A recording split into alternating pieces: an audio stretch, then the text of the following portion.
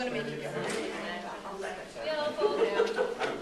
Say, Mr. Conway, it's a chapter after ashes, ashes, we all fall down. Am I really? I know. What chapter? Do you want an introduction? I have a feeling that everybody knows.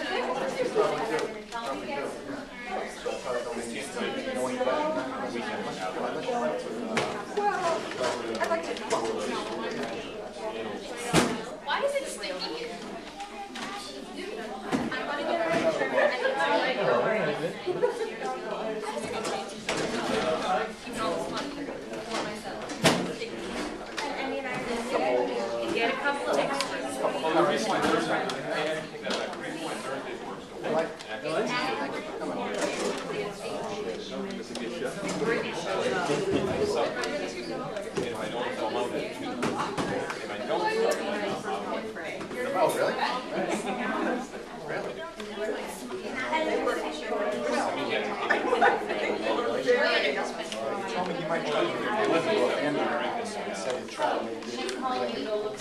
I know, I realized that when I emerged from the...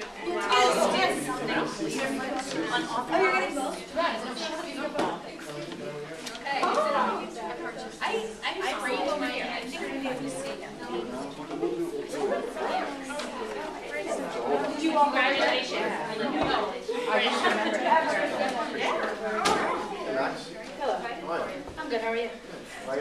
Is that the shirt? Did he sign them? No, I went right across the street. It was windy. Mr. Conway, you get these pictures? Do you have to buy them off the internet?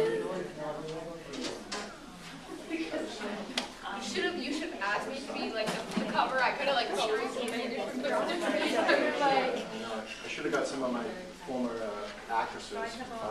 Oh, God, me. What month? Oh, what month? $10 an hour. Upstairs, they went upstairs.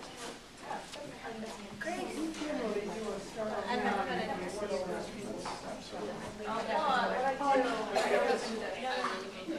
going to bring it to my blood labels. I'm going to bring it backstage so everybody else knows. I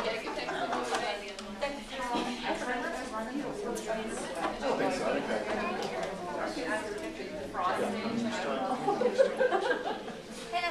think So I think we're going to get started.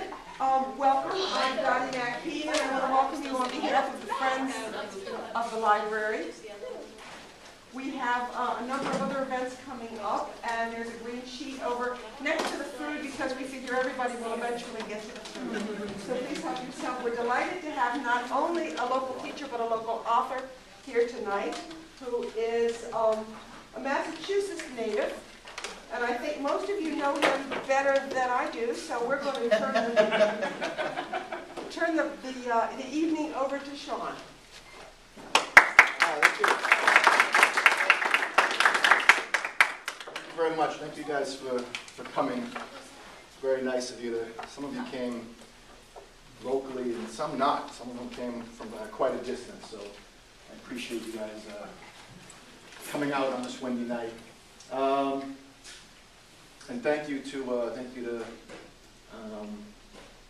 the Maynard Library, beautiful library that I just for the first time a couple weeks ago entered and checked out. It's a beautiful building, and thank you to the library staff, and especially to Dottie McKeon and the Friends of the Library for generously letting me have an event here, even though they have a busy schedule this fall, and some big name local and not even local, national authors. Andre DeBuse has been here before, and he's here in a couple of weeks. Former teacher of mine, and I remember last year Tom Parada was here. So it's nice of them to let me come in and have a little event of my own as well. So thank you very much for that. Like Dottie said, my name's Sean Conway, and for those of you that I think everybody knows me, but if you don't, I've been teaching 8th grade at Fowler for 7 or 8 years now, since halfway through the 2004 year. English teacher, and also you might not know, I instruct part-time at UMass Lowell, teach writing and literature courses at UMass Lowell. This semester I have a Monday night honors course at UMass, which is kind of different and kind of shows me a different side of teaching, and I like both. It kind of gives you a yin and yang. And Saturday mornings I teach an introductory writing course at Middlesex Community College in Bedford. So that keeps me busy. So I haven't really been writing much lately since I've been doing that. But I graduated from UMass Lowell, and then I have an MFA from the University of New Orleans that I finished in 2008. And I did that low residency while I was teaching. So I was taking some online courses in the fall and the spring, and then each summer I would study abroad. I'd do these study abroad programs in France and 2 summers in Spain, and I did a 4th summer in Mexico, all while I was teaching, and I earned a second master's degree that way, which was a lot of fun. What else am I going to tell you about myself? I think that's about it. It's a little bit about the book. This is called The Empty Space Between Stars, and it's something it's been a part of me since probably 2006 when I was in that MFA program. I had started this in the program and worked on it over the period of a couple of years, and for a while it was my master's thesis, but sort of at the 11th hour it wasn't quite going to be ready. So instead, my master's thesis ended up being a collection of short stories. And then after I graduated, I continued to work on this for a while. Empty Space Between Stars is sort of a father-daughter story. Zoe is a 15-year-old girl. She's probably the main character. She lives in California with her mother and her stepfamily, which includes an older stepfather and his 2 teenage, early 20s sons who she doesn't get along with, obnoxious, perverted even, and so she's not comfortable in her new life in California.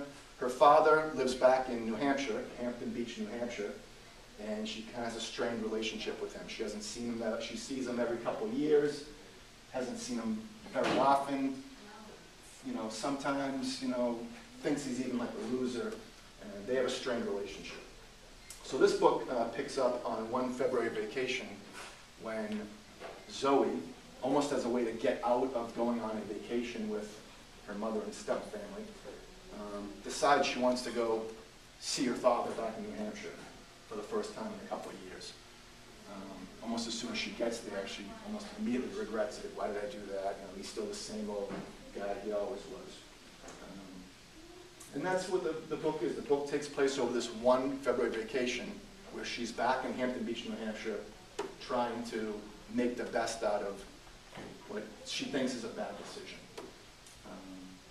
And over the course of the novel, she begins to kind of piece together the past a little bit of why her mother behaves the way she does, why her screwball father behaves the way he does, why he's so addicted to getting tattoos, and she starts to kind of find out a little bit about herself. So I'm just going to read a few sample pages, jump around a little bit, nothing too long though. Mostly it's a third-person limited point of view from Zoe. It's mostly her story, but there are also chapters in between that are more in the father's point of view that sort of flash back to him getting these tattoos, and the story behind each kind of tattoo kind of tells a little bit of a story that kind of reveals something about him. So I'll read a little bit, if that's all right. A couple short scenes. This is when she first arrives, and she's getting off the plane, and she's kind of thinking back to the last time she saw her father, on page 16 of the book. It had been nearly 2 years since the last time she'd seen him. She had just turned 13, and her father, in a rented Jeep Wrangler, and a woman named Darla next to him, had pulled into the Rickey driveway, having only given her 15 minutes' notice. He stayed in the car. He had never been inside her stepdad Jack's house in the years that she and her mother had been there, and made Zoe come out and down the driveway to meet him. He took her to In-N-Out Burger, where she sat in the back seat with a greasy wrapper on her lap, dipping fries into ketchup that had soaked through the paper. Her father wearing a Sox cap and wraparound sunglasses, several years out of style. chewed a straw flat, and talked at her in the rearview mirror. The new chick Darla sitting sideways, spooning a frozen yogurt, smiling politely but never saying a word. AJ told her about the condo he'd bought back in Hampton, the ankle he had fractured trying to jog on the beach, the ATV or four-wheeler or quad, whatever he was thinking about buying, whatever he called it. When he had dropped her off back home an hour or so later, he and Darla were heading down to Mexico for the second leg of their trip. Zoe realized her father hadn't asked her a single question about anything. She tried to leave with just a wave, but he had snagged her by the hand and pulled her back. He kissed her fingers. "Talk to you soon, California girl, okay?" Zoe forced a smile and gave a nod, watching the red Jeep back out of the driveway. Darla raised her arm in a big phony wave, and Zoe returned it with a waist-high, half-hearted gesture, glancing around the neighborhood to see if anyone noticed the out-of-place hick and sleeveless flannel shirt give her the peace sign. She felt her cheeks warm. As they drove off, she stepped backwards toward the house and wondered if he had had any idea that her birthday had been 3 days earlier. A little bit later, she's at a bar with her father. His father's taken to a bar and is introducing her to all his buddies who haven't seen her in years and years. And she's sort of anxious to get out of there, and she's thinking a lot about her friend back home, Caitlin, who she's starting to drift off from. Claustrophobia was something like it, maybe what Caitlin called the skeeby-jeebies, or sometimes just the skeeves, crept into her layers of clothing and into her skin. She absently scratched at it while standing at the jukebox, one foot on top of the other in an attempt to look casual, but soon realized that there was nothing really to scratch. It was inside her. She had to get outside, get some air. Smoke slipped through the air, a visible current. She could see it, like mosquito netting.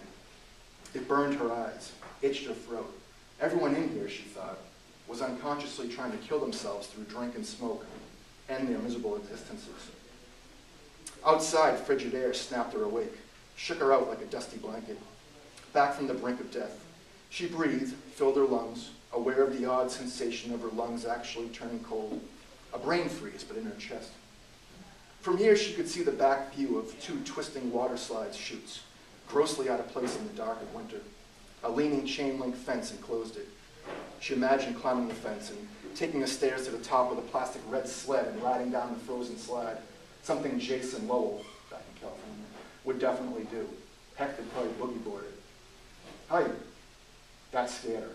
A boy, a guy really, stood next to her, bouncing on the balls of his feet in the cold, hands stabbed deep into his jeans pockets, elbows locked. He was in just a t-shirt looking at her. She thought he looked like he was in pain, but he might have just been cold. Zoe gave a quick smile. Not a real one, but one of those smiles that are meant as a substitute for a verbal hello. She crossed her arms below her ribs. He was tall and lean and not very good looking, she thought. He could have been, she supposed, if his hair wasn't so unkempt and greasy, his face shaven and not so pocked with acne. Maybe that was why he didn't shave. His eyebrow was pierced with a silver hoop, pinching skin. It looked uncomfortable, or at least distracting. He pulled out a crunch pack of smokes. "Do you smoke?" Zoe shrugged for some reason. "Not really." He tapped the box against his palm, looking down at her. "I saw you in there," he said. "Inside? You sure you don't smoke?" She looked at the door. "No thanks."